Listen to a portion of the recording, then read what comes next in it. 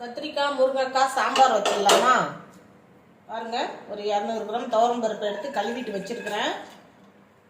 இதை குக்கரில் போட்டுக்கலாம்.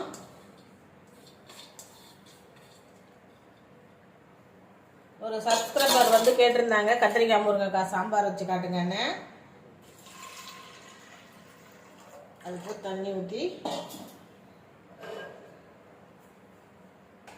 200 கிராம் துவரம் பருப்பு. இது நாங்கள் 5-6 பேர் இருக்கிறோம், அதனால் 200 கிராம் துவரம் பருப்பு சரியாக இருக்கும். பாருங்கள், கொஞ்சமாக ஒரு 1/2 ஸ்பூன். நான் எப்பயுமே வெந்தயம் போட்டுக்குவேன் பருப்பு கூட, ஏன்னா உடம்புக்கு ரொம்ப நல்லது, குளிர்ச்சியாக இருக்கும். சாம்பாரும் வந்து நல்ல வாசனையாக இருக்கும்.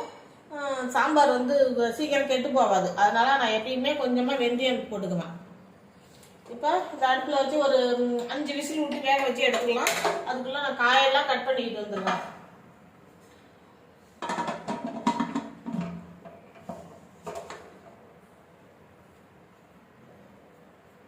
பருப்பு வேகட்டும், காயெல்லாம் கட் பண்ணிக்கிட்டு வந்துடலாம். பருப்பு வெந்துருச்சு, வாங்க இப்போ சாம்பாரை தாளிச்சிடலாம்.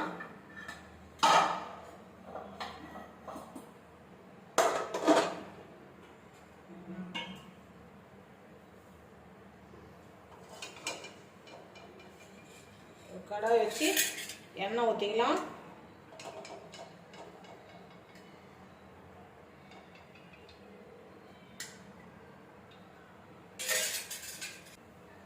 எண்ணெய் காட்டிடுச்சு, கடுகு போட்டுக்கலாம்.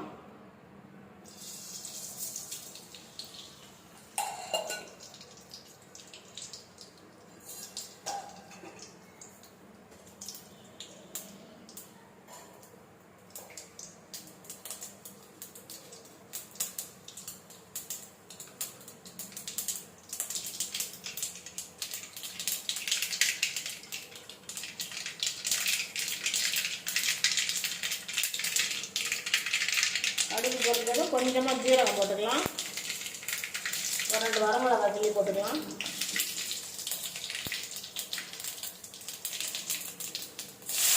வெங்காயம் போட்டுக்கலாம். ஒரு 2 மீடியம் சைஸ் வெங்காயம் கட் பண்ணி வச்சுருக்கேன், அதை இது கூட போட்டுக்குவோம்.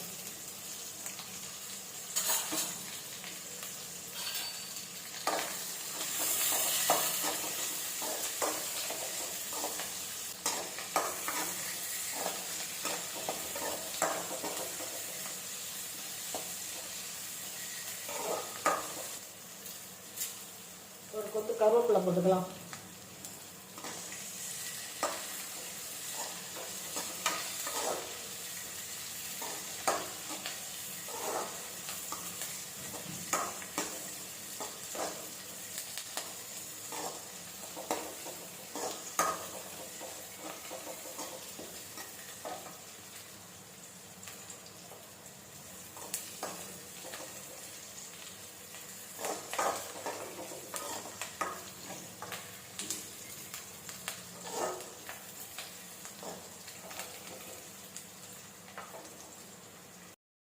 வெங்காயம் வதங்கிடுச்சு.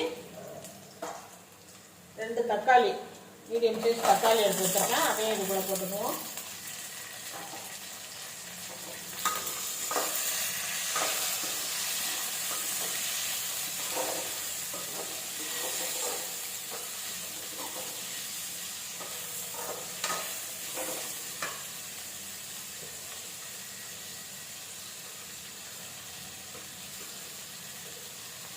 வெங்காயம் தக்காளி வதங்கிறதுக்கு கொஞ்சம் உப்பு போட்டுக்கலாம்.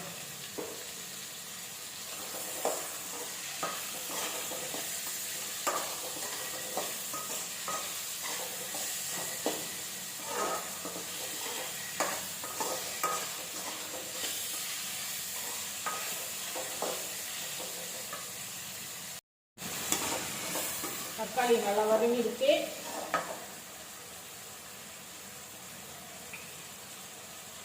குழம்புக்கு தேவையான மஞ்சள் பொடி போட்டுக்கலாம்.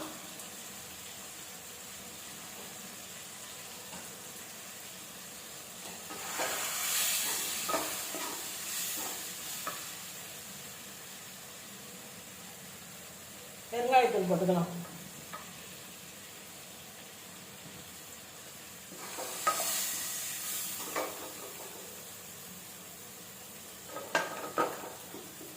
வெட்டி வச்ச கத்திரிக்காயும் முருங்கைக்காயும் போட்டுங்க.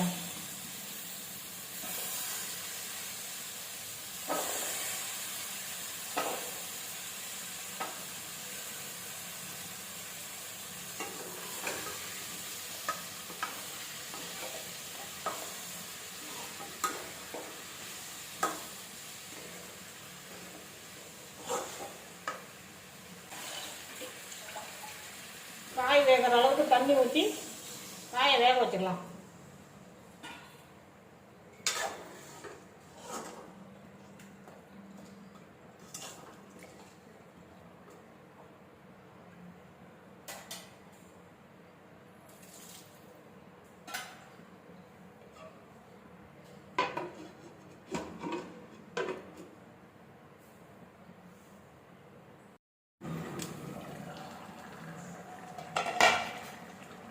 காயெல்லாம் ஓரளவுக்கு வெந்துடுச்சு.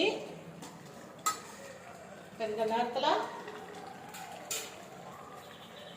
குழம்புக்கு தேவையான மிளகாய் பொடி போட்டுக்கலாம்.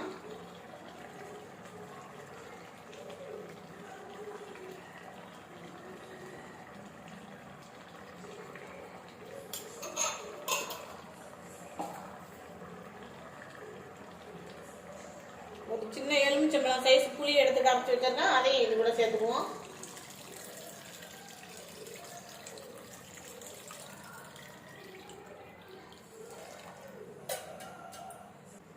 சாம்பாருக்கு தேவையான உப்பு போட்டுக்கலாம்.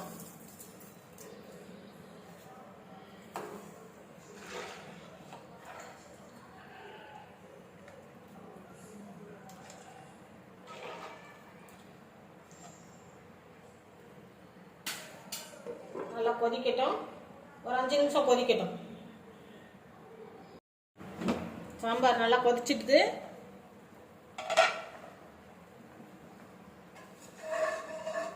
வேக வச்சிருக்கிற பருப்பை கடைஞ்சி இதில் ஊற்றிடலாம்.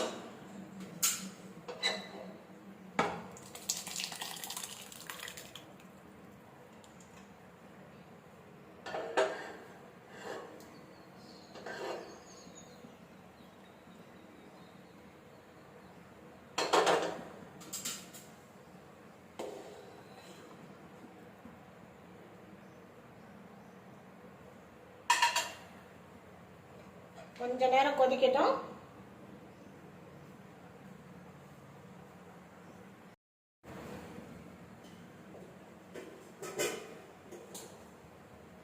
இதில் ஒரு 2-3 துண்டு மாங்காய் போட்டுக்கலாம்.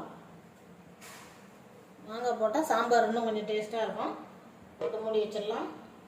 கொஞ்சம் கொதிக்கட்டும். சாம்பார் நல்லா கொதிச்சிடுது.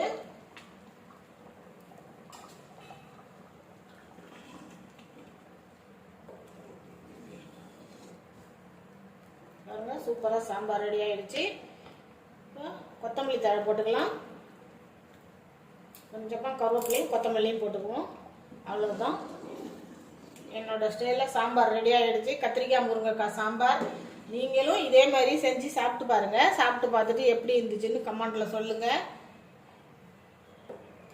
இதே மாதிரி நீங்களும் உங்களுக்கு தேவையானதை என்கிட்ட சொல்லுங்கள். நான் செஞ்சு காட்டுறேன்.